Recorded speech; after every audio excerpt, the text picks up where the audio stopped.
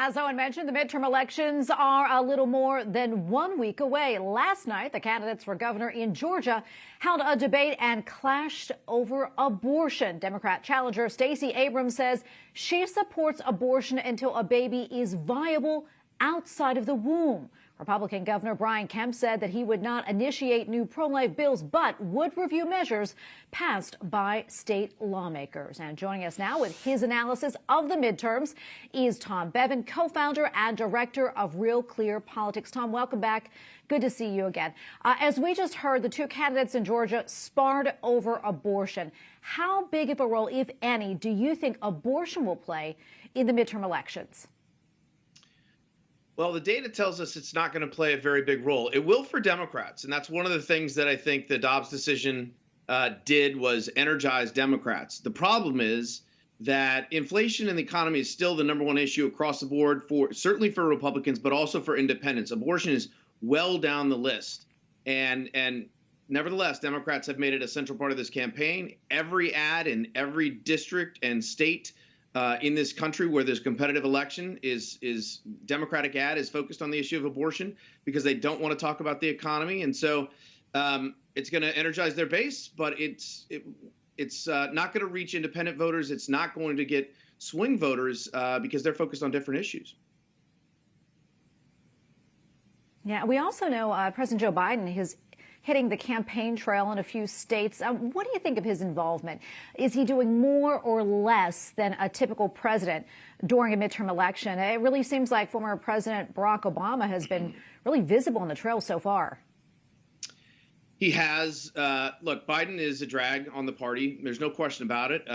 You look around the country, his approval ratings, particularly in these swing states where the Senate is going to be decided. Arizona, his approval's under 40%. In Nevada, same thing. In Georgia, it's around 40-41. New Hampshire, it's right there, 40-41.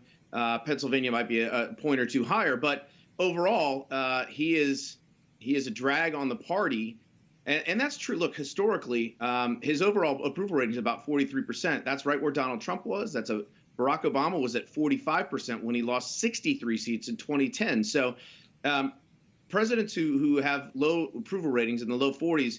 Their parties tend to suffer in the first midterm, and this looks to be no exception. Tom, you mentioned Arizona, and I want to go there now and talk about Kari Lake. Today's polls have her up by 4%, and there's also talk that the strength of her campaign could really boost Arizona Senate candidate Blake Masters into the lead over Senator Mark Kelly, that is. Your take on all this? Yeah, Kari Lake is running a very strong campaign, and she's certainly seems to be the Republican base is unified behind her. Will she have enough? Will she be able to drag Blake Masters across the finish line? Everything we know about that race is that it's very, very close. Mark Kelly is leading in all of the polls, but only by a point or two, certainly within the margin of error. And so it's going to be, I think that's going to be the closest Senate race in the country, even though Kari Lake looks like she will win that race by 3 or more percentage points. If she does, if Blake Masters ends up winning, he will have Kari Lake to thank for it. Tom, I want to turn now to Michigan. About a month ago, Republican candidate Tudor Dixon lagged about 10 to 12 points behind Governor Gretchen Whitmer. However, that doesn't seem to be the case right now. She is now said to be within striking distance, maybe a 2 or 3 point difference there. What's your take, and why do you think there's been this sudden surge for Dixon? Well, I mean, again, it's a situation where you look at the national, the sort of fundamentals of this race. And again, they're a little bit different for House candidates and Senate candidates as opposed to gubernatorial candidates. But nevertheless, with inflation where it is, where gas prices where it is, where they think there's some residual anger at Gretchen Whitmer over the way that she handled the COVID lockdowns and the like, that Michigan governor's race is tighter than I think Democrats want it to be. And all you need to know is that Barack Obama is going to Detroit, which I think tells you that Democrats are, in fact, worried that if a red wave happens on November 8th, that Gretchen Whitmer could get swept away. And we have probably about a minute or so left, but I'm wondering what other races are on your radar right now?